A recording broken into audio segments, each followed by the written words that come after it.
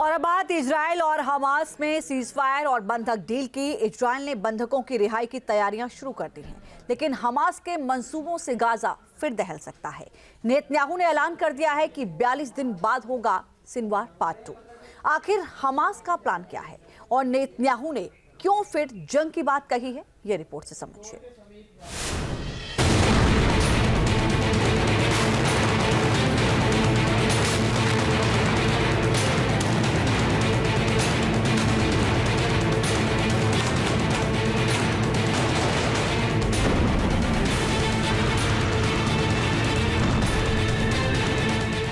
Gaza जंग में Israel Hamas का युद्ध विराम।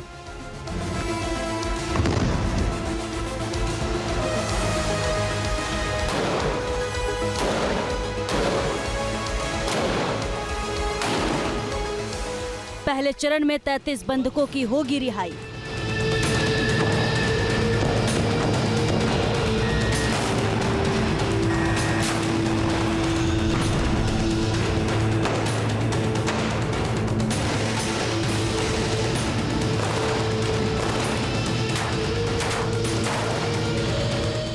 दूसरे चरण में नेतन्याहू का डेंजरस प्लान।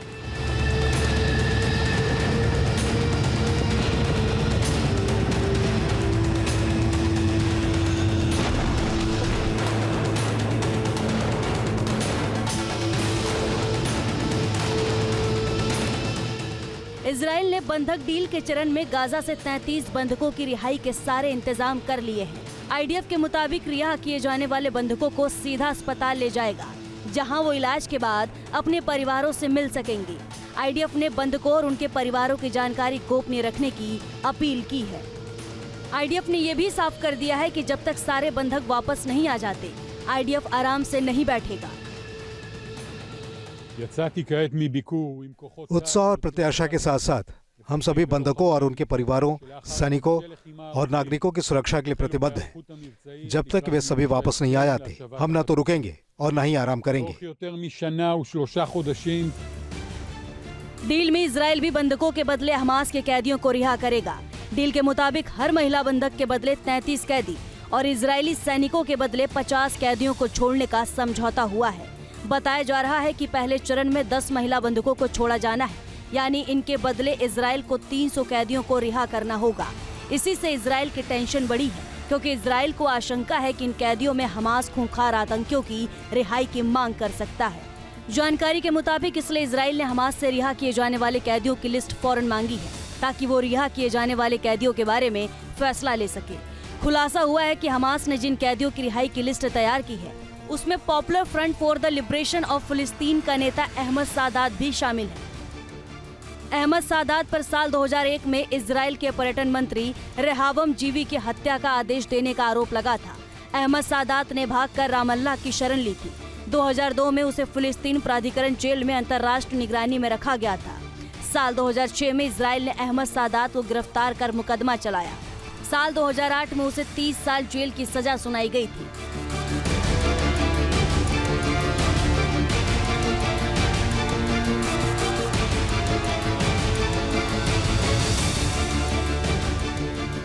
जानकारी के मुताबिक अहमद सादात के हमास के साथ गहरे रिश्ते रहे हैं। उसका संगठन हमास को हथियार सप्लाई करता था। उसने इजराइल पर कई बार घातक हमले भी किए थे। माना जा रहा है कि हमास के बंधकों के बदले सबसे पहले अहमद सादात को रिहा करने की कोशिश में है, और इसकी वजह है हमास के कमांडरों और शीर्ष नेतृत्व का तबाह होना।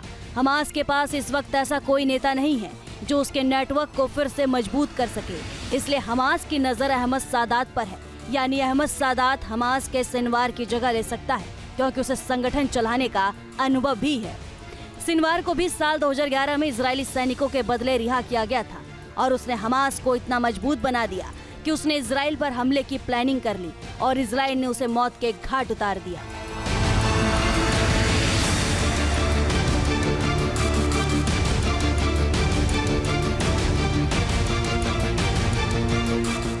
बताया जा रहा है कि हमास के इन्हीं मंसूबों को देखते हुए नेतन्याहू ने लिस्ट मांगी है और चेतावनी भी दी है कि अगर हमास ने डील का उल्लंघन किया और गाजा में इजराइल को चुनौती दी, तो 42 दिन बाद गाजा में फिर से कहर मच सकता है।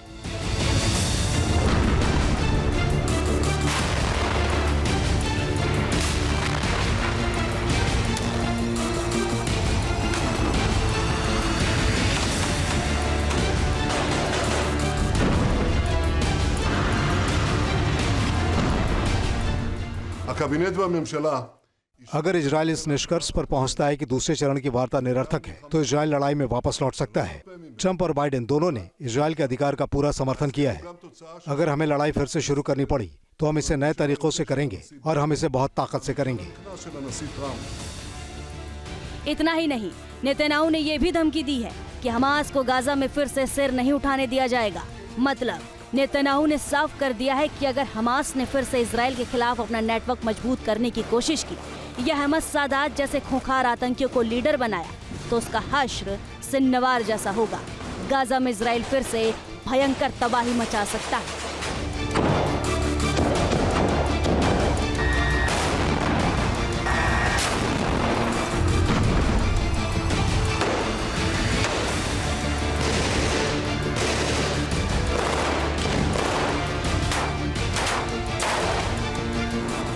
Team news nation.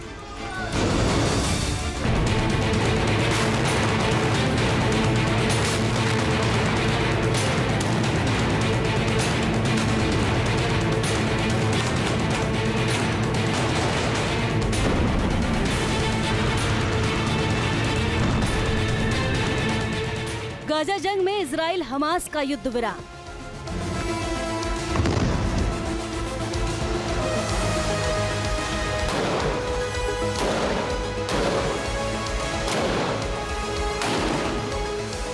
पहले चरण में 33 बंधकों की होगी रिहाई।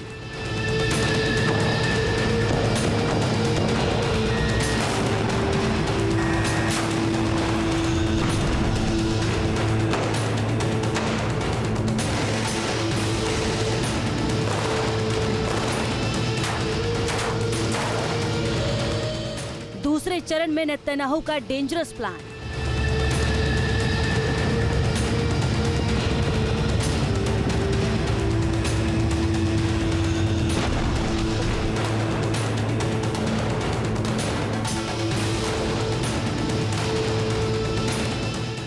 इजराइल ने बंधक डील के चरण में गाजा से 33 बंधकों की रिहाई के सारे इंतजाम कर लिए हैं। आईडीएफ के मुताबिक रिहा किए जाने वाले बंधकों को सीधा अस्पताल ले जाएगा, जहां वो इलाज के बाद अपने परिवारों से मिल सकेंगे। आईडीएफ ने बंधकों और उनके परिवारों की जानकारी गोपनीय रखने की अपील की है।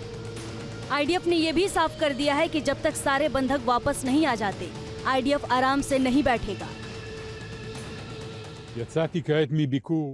उत्साह और प्रत्याशा के साथ साथ हम सभी बंधकों और उनके परिवारों, सैनिकों और नागरिकों की सुरक्षा के लिए प्रतिबद्ध हैं। जब तक वे सभी वापस नहीं आ जाते, हम न तो रुकेंगे और न ही आराम करेंगे। डील में इजराइल भी बंधकों के बदले हमास के कैदियों को रिहा करेगा। डील के मुताबिक हर महिला बंधक के बदले 33 कैदी और इजरायली सैनिकों के बदले 50 कैदियों को छोड़ने का समझौता हुआ है। बताया जा रहा है कि पहले चरण में 10 महिला बंधकों को छोड़ा जाना है, यानी इनके बदले इजराइल को 300 कैदियों को रिहा करना होगा। इसी से इजराइल की टेंशन बढ़ी है, क्योंकि इजराइल को आशंका है कि इन कैदियों में हमास खूंखार आतंकियों की रिहाई की मांग कर सकता है। जानकारी के मुताबिक इसलिए इजराइल ने हमास से रिहा किए जाने वाले कैदियों की लिस्ट फौरन मांगी है, ताकि वो रिहा किए जाने वाले कैदियों के बारे में फैसला ले सके। खुलासा हुआ है कि हमास ने जिन कैदियों की रिहाई की लिस्ट तैयार की है, उसमें popular front for the liberation of फिलिस्तीन का नेता अहमद सादात भी शामिल है। अहमद सादात पर साल 2001 में इजराइल के पर्यटन मंत्री रेहावम जीवी की हत्या का आदेश देने का आरोप लगा था। अहमद सादात ने भागकर रामल्ला की शरण ली थी। 2002 में उसे फिलिस्तीन प्राधिकरण जेल में अंतर्राष्ट्रीय निगरानी में रखा गया था। साल 2006 में इजराइल ने अहमद सादात को गिरफ्तार कर मुकदमा चलाया। साल 2008 में उसे 30 साल जेल की सजा सुनाई गई थी।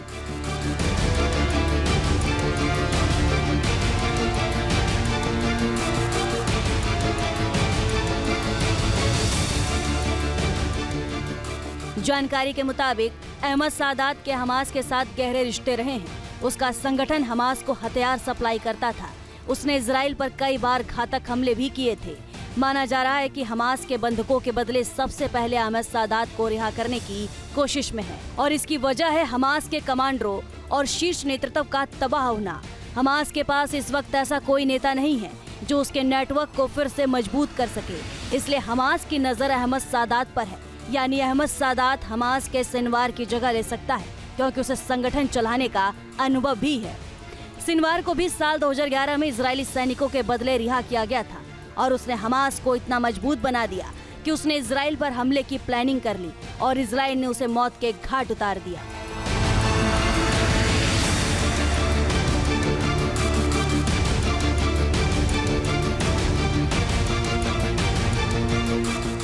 बताया जा रहा है कि हमास के इन्हीं मंसूबों को देखते हुए नेतन्याहू ने लिस्ट मांगी है और चेतावनी भी दी है कि अगर हमास ने डील का उल्लंघन किया और गाजा में इजराइल को चुनौती दी तो 42 दिन बाद गाजा में फिर से कहर मच सकता है।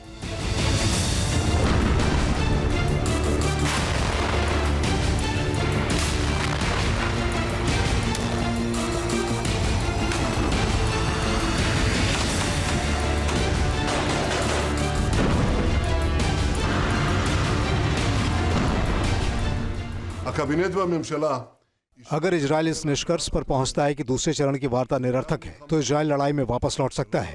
ट्रंप और बाइडेन दोनों ने इजरायल के अधिकार का पूरा समर्थन किया है।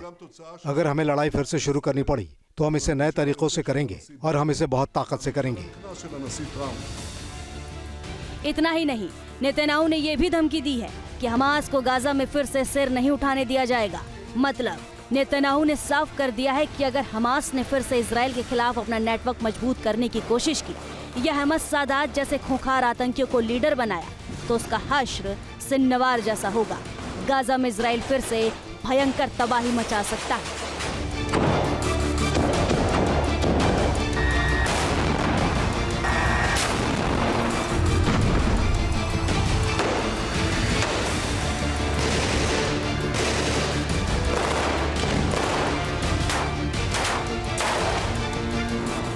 Team news nation.